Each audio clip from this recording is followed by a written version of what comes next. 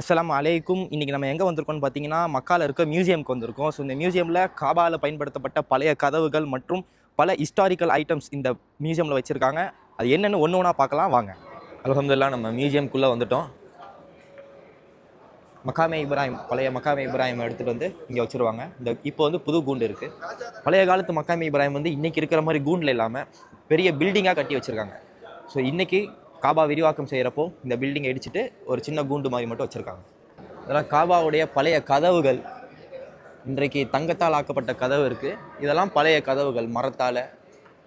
அப்படியே காபாவுடைய கிஸ்வா துணி இதெல்லாம்.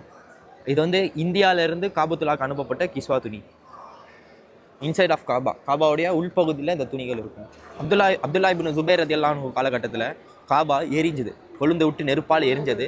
அது எரியிறப்போ இருக்கக்கூடிய அந்த கருகுன பகுதிகள், காபாவுடைய உள்கட்டை கருகுன பகுதிகள் பார்த்தீங்கன்னா தெரியும். மேலே அந்த கருகுன அந்த இது இருக்கும்.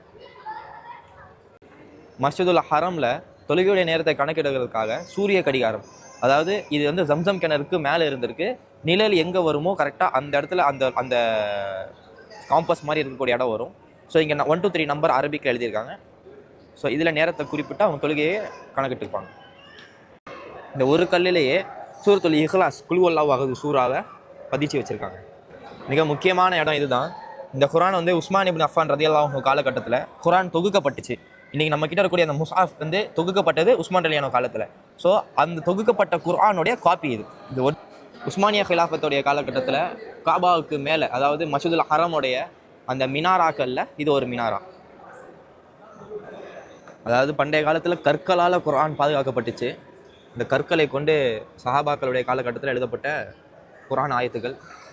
அதே வந்து கருப்பு மையை கொண்டு கற்களில் எழுதப்பட்டது.